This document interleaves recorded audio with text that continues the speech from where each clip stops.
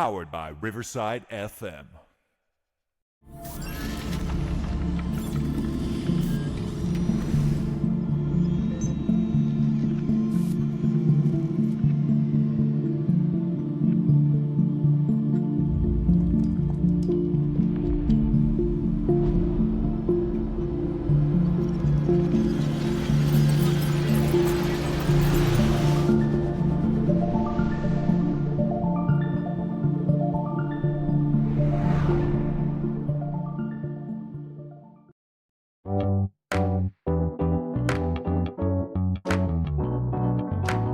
Powered by Riverside.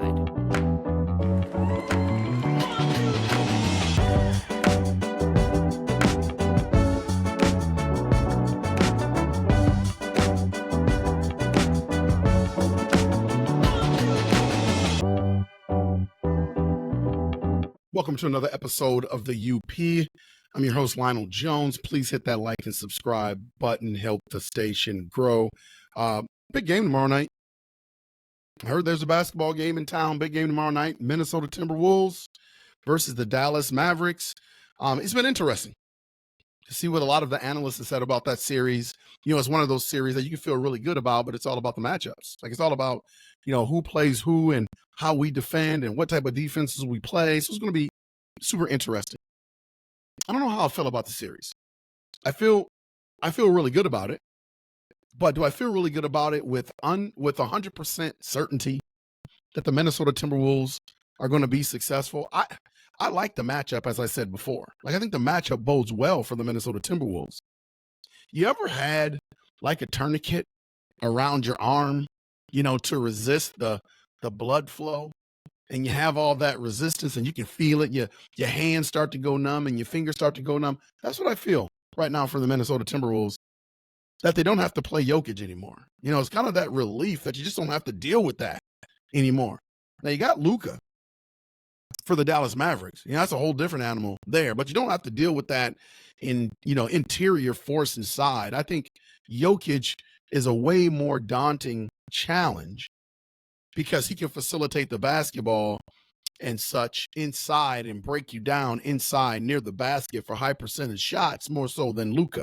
And Luka's a bad boy. Let's not get it twisted. Luka's a bad boy. Don't get fooled by his body shape. And, you know, he looks like he's not athletic. This dude is one of the most skilled guys in the NBA. Have you ever watched just Luka play? Like, it's a treat. It's a treat for the eyes. It's a treat for the eyes. And so for those of you that have not really had an opportunity to watch Luka and just get a huge dose of what Luka Doncic is all about, you're about to get it. You are about to get it. The boy is a bad boy. Now, my Timberwolves, number one defensive team in the league the whole year, they got to be that. Like, they can't just disappear. As I said before, what made me so angry in the series with the Denver Nuggets is that if you're going to be the number one defensive team in the league, come on, you got to show it. And for some of those games, I mean, it just wasn't even close. So the Wolves have to be the number one defensive team in the league in this series. And if they can do that, they're going to be in good shape. You know, everyone seems to be worried about the matchup with Kyrie Irving. Here's what I know about basketball. Kyrie has the best handle in the league. So he can go north, south, east, west with the basketball, hesitate, accelerate, shoot the J, get to the rack. For a small guy, he's one of the best finishers in the league. Like, that's a challenge. But how you put a damper on all of that stuff is you put size and athleticism and someone that can move with him. And I know that that's going to bother Kyrie if that is a huge dose of Anthony Edwards. And Anthony Edwards has that dog in him. I mean, he's already calling out. If you watch some of the post-game comments from Anthony Edwards, he was like, I'm going to guard Kyrie. I mean, he just flat out said he gave away a little bit of the game plan before they got even in practice to prepare. You know, he wants Kyrie Irving, which is fantastic for that young kid because Kyrie's been there, done that. hit the game-winning shot in Cleveland versus Golden State at Golden State to bring home a ring to C-Town.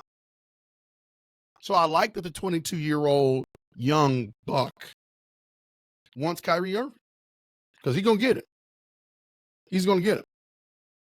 I think the Dallas Mavericks, in terms of their transition defense, can't mess with the Timberwolves. Like, if the Timberwolves can get timely stops, turn that thing into transition, it's a wrap. It's a wrap. If the Dallas Mavericks are scoring efficiently and the Timberwolves have to come out, be more of a half-court team, I think that bodes well for the Dallas Mavericks. Now, if you watch the first series with OKC and the Dallas Mavericks, I mean, the Dallas Mavericks were the bigger team, and they smothered OKC. They smothered OKC at times, and they just couldn't get over the size and length of the Dallas Mavericks. But I think the Timberwolves pose a bigger problem for the Dallas Mavericks because of their front court. Naz Reid, Rudy Gobert, they can put on the floor. Karl Anthony Towns. Like, that's a huge, huge lineup. And then you have those athletic wings and Edwards, McDaniels, like Walker. Like, the Dallas Mavericks are going to have a hard time. Something really interesting. Luka Doncic and Anthony Edwards, they faced off 10 times. And faced off 10 times in the regular season, each coming away with 5 wins. 5 wins apiece. The Timberwolves finished 3-1 against the Dallas Mavericks this year in the regular season, but Luka missed 2 of those games, and Kyrie Irving sat out 3. So the Minnesota Timberwolves, they haven't gotten a big dose of the Dallas Mavericks and what they bring to the table. Because, you know, with injuries and load management, you know, you never get the, you know, this is what I notice about NBA coaches. Like, whenever they have matchups throughout the year of teams that they could possibly play during the playoffs, it's funny how their key players usually miss those games. Those are the games that are load management games, the big games. I mean, you can set your watch by it, man. It's like whenever these coaches, you know, it could be Timberwolves, Lakers, it could be Lakers, Denver Nuggets. Like, during the regular season, you just never get those full rosters at full strength type matchups. And I can see if there were legit injuries, but dudes just choose to not play those games. Oh, this is the game I'm going to sit out. It's the second of a back-to-back. It's a whatever excuse they use, these guys don't play in those games. And I think that's a coaching thing. I think it's a little bit, well, I'm not going to show my hand this early because I'm looking down the road and we could possibly play you. But I also think it's, I don't want you to get the feeling that you're better than me. I want to have an excuse in my back pocket if you whoop my butt during this regular season game. You know, if you beat the Lakers without LeBron, well, we didn't have LeBron. Or we didn't have Anthony Davis. They were sitting out. So now, look at this matchup.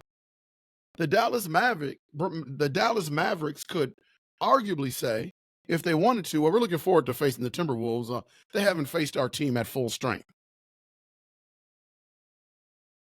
I think they kind of saw this matchup possibly down the road. And so now they can sell it to their fans. They can sell it to their fan base, sell it to their players. Well, we've never played the Minnesota Timberwolves at full strength, even though they beat us during the series. That's funny how that goes. Unbelievable. When you look at Anthony Edwards, you know, he received the 7th most votes in the MVP award. You know, Luka came in 3rd. Their stats and their numbers are pretty similar. Doncic averaged 24 points per game, 7 rebounds, 7 assists. Oh, he's a beautiful basketball player. Watch Luka and how he facilitates the basketball. Really, really, really good player.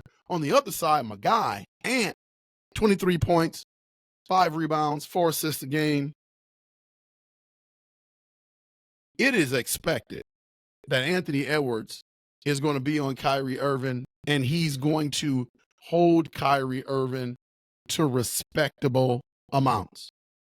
Here's what NBA.com said about the Mavericks. Minnesota owns a reputation for their suffocating defense, but don't sleep on what the Dallas Mavericks have done in that department since the end of the regular season. The Mavericks ranked 6th in the postseason defensive rating, 110.6, just 2 spots behind the Timberwolves, 107.6.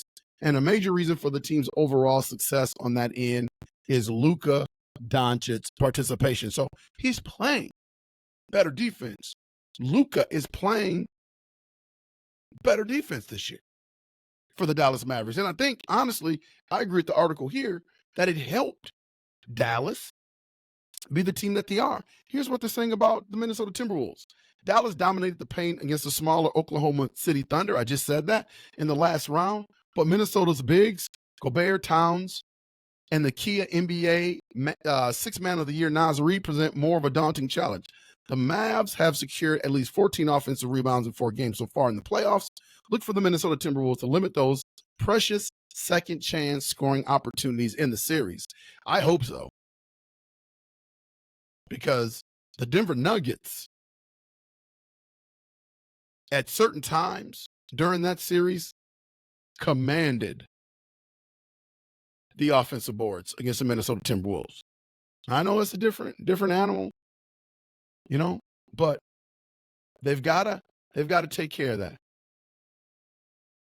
The NBA.com sports writers are picking the Dallas Mavericks to win in 7. And here's their reason why. They said it feels like the Minnesota Timberwolves time, but that's not the vibe emanating from Dallas, which is playing in the conference finals for the second time in 3 years. As skilled as Irving and Doncic are, they also possess the experience on this stage that Minnesota lacks. Edwards will undoubtedly put together some electrifying performances, but can he do it for a grueling 7 games in consecutive series? Dallas seems to be peaking at the right time. So they cite inexperience for the Minnesota Timberwolves. It's a great article. That's a great thought. Great thought by NBA.com. These guys have been around, right? But then the Denver Nuggets have experience. The Denver Nuggets have more experience than the Dallas Mavericks in terms of a longer playoff stretch and then the ability to get to the promised land and win the whole thing last year with the 3-time MVP. Like, who has more experience than Dallas has more experience than that? NBA.com? Dallas has more experience than Denver? That inexperience didn't seem to bother the Minnesota Timberwolves in that series. Did you see some of those blowouts? Did you see what Ant and Big Cat did on the biggest stage with their inexperience? Like, Dallas has more inexperience, and that's why they're going to win the series in 7? We're going to see. I got the Timberwolves in 6. Now, I could see a letdown in the first game, but I think the Minnesota Timberwolves are going to settle in. They're going to settle in. Like, I think coming off a Game 7 against Denver, and again, I always talk to people about the psychology of sport. This is not about X's and O's. It's about how can you get your team in the frame of mind to perform in Game 1. And Finchie's fight is going to be the euphoria of beating the world champs in a Game 7. Like, these dudes have been up here for the past couple of days. How do you bring them back down to earth? How do you do that? That's the challenge. And so the body follows the mind. I tell my team that all the time. The body follows the mind. So if you are living in a stage of euphoria and your mind is up here still celebrating about Denver, how do you get ready for Dallas? Who's hungry? Their series was very, very competitive, but it wasn't 7 games, and they weren't as much of an underdog as the Minnesota Timberwolves because the Minnesota Timberwolves are playing the world champs. Human nature says you have to let down a little bit because you've expended so much energy and mental fortitude that you've had this goal to beat the Denver Nuggets, and finally you've done it. And human nature says that at some point you have to go, is that moment of going to affect you? Game 1.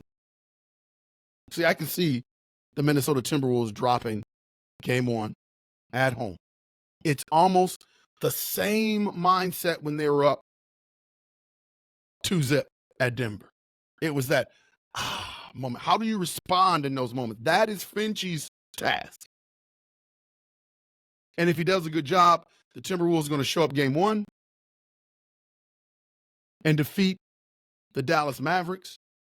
But if for some reason they don't, you can pinpoint that they are just not in the right frame of mind, and that moment carries over into game 1.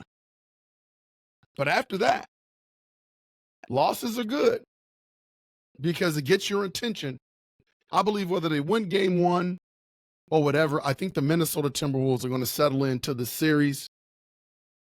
I don't think the Dallas Mavericks can beat them in 7 games. I don't think they're going to beat them in 7 games. I got the Minnesota Timberwolves in 6. Calling it right now. So Timberwolves, you can't say we're bandwagon jumpers. Nobody believed in us. I'm believing in you. I'm calling it out right now. Minnesota Timberwolves in 6. We'll have recaps after each game. I'm excited. Hopefully, you Minnesota Timberwolves fans are excited. Lots of stuff going on this week with the Wolves. So make sure you tune in. We'll have some breakdowns. We'll have some insight. Please take a moment to follow another great podcast with myself, Tony Vandermark, Legit Takes. We'll be previewing the game tonight. We should have that up on YouTube by tomorrow, and then we'll be doing some recaps as well. Tony's a great guy, former Minnesota Golden Gopher baseball commentator. I love doing the show with him. Find Legit Takes. This has been the UP Unconventional Playbook. Hit that like and subscribe button. I will see ya when I see ya.